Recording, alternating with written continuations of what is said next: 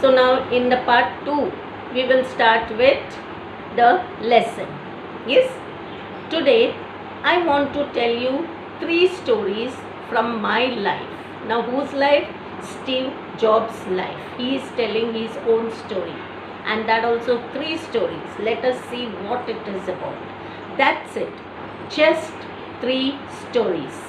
The first story is about connecting the dots. How he got the idea and how his one idea gave rise to another idea and how he developed, how he achieved success. I dropped out of Reed College. Now dropped out means he left Reed College. Yes, he had enrolled in Reed College but he left it. Why? Let us see. After the first 6 months, imagine students, he just joined and in 6 months he left college. Okay, but then stayed around as a drop-in for another 18 months before I really quit. Maybe his parents did not accept the idea that he should leave college so suddenly. So what did he do? He still stayed on for another 18 months. Yes, drop-in. As a drop-in means just as a visitor, going, coming and all. Yes, and taking in lectures which he felt interesting before I really quit, before he really left the college officially. Looking back, it was one of the best decisions, and then recollecting or recalling what he did, yes, means just remembering what he did, he felt that it was the best decision of his life I ever made. I could stop taking the required classes that didn't interest me because he had joined college. Yes, now students, when you all also join college, yes, the subjects will be different. Suppose you all take science, you all take commerce, the subjects will be different, and maybe you all will feel, oh, that subject is good, but later on you all will feel that no, it's not interesting. Same way Steve Jobs felt the same.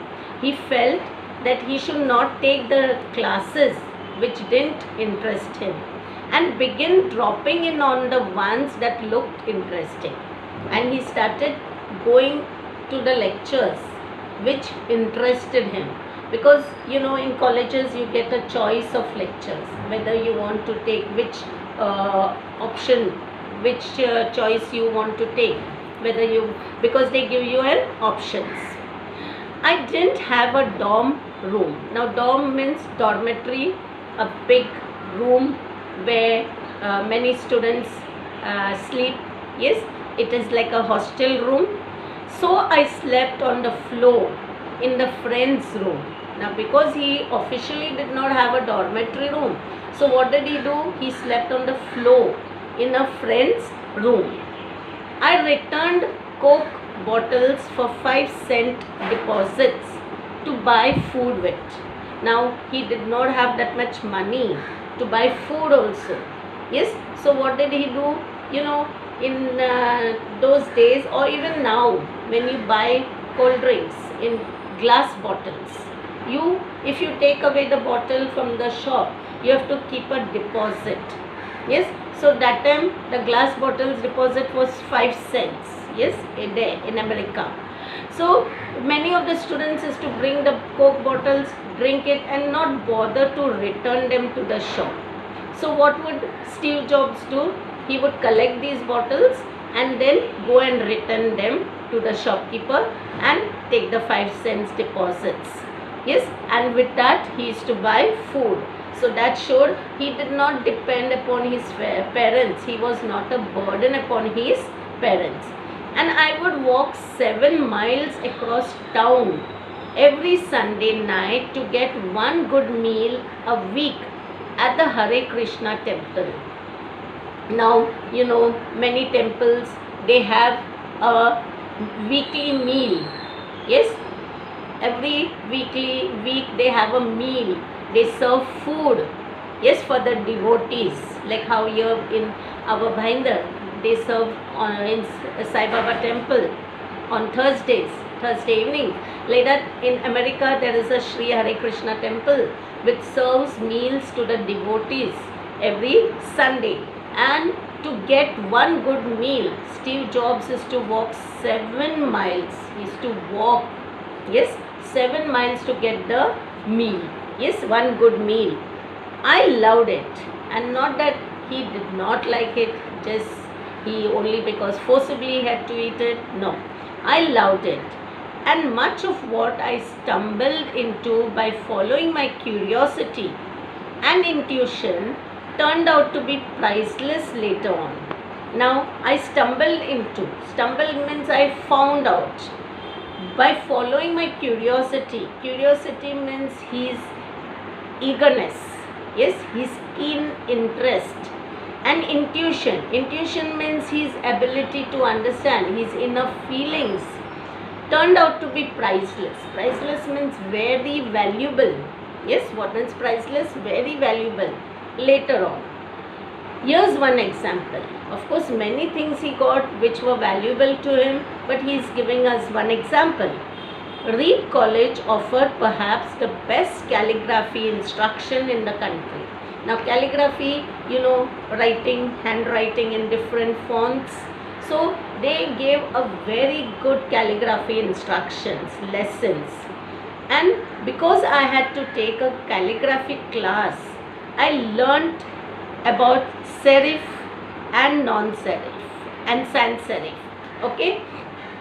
Now, and when he attended this calligraphy class, he learned about these fonts, serif and sans serif. Now you know what is serif and sans serif. They are computer terms, yes, which gives us the typefaces, the typography. About what makes great typography great. Typography means the printed matter looks very presentable.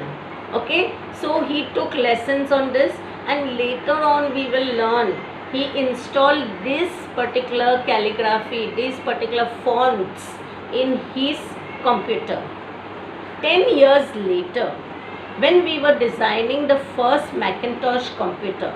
Now Macintosh computer is a type of computer, yes, which was invented by him and his friend.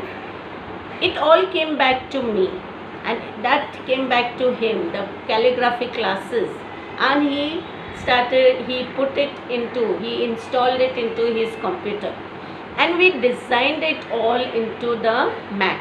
Mac means Macintosh computer. If I had never dropped in on that course in college, the Mac would have never had multiple typefaces. There would be just a simple typing font, yes, but because he had taken the calligraphy classes, he could install this various fonts in his computer, and that made his computer very unique. Typefaces, or for that matter even proportionally spaced fonts. Proportionally spaced means equally spaced fonts which make typing, the type matter, yes, the type matter, printed matter look very presentable. Okay, now going on, and since Windows just copied Mac, yes, Windows, the next app, copies Mac, it's likely no personal computer would have them. Yes, no other personal computer had them. So what did Steve Jobs do? He installed in his computer things that he felt would be very presentable and nice for his computer. Of course, it was impossible to connect the dots. It was impossible looking forward. Yes, if he would have thought like, oh, I will do this, I will do that in my computer, would it be possible? No. Just because he had learnt calligraphy, he at once remembered it and put it into his computer. So looking forward, he would not achieve this particular special idea, but looking backward, he got this idea when I was in college. But it was very clear looking backward 10 years later, yes, 10 years later he got this idea that, oh, why not put this particular calligraphic this serif, sans serif, this typographic into my computer. Okay, now students, we'll do the remaining, some part in the part 3.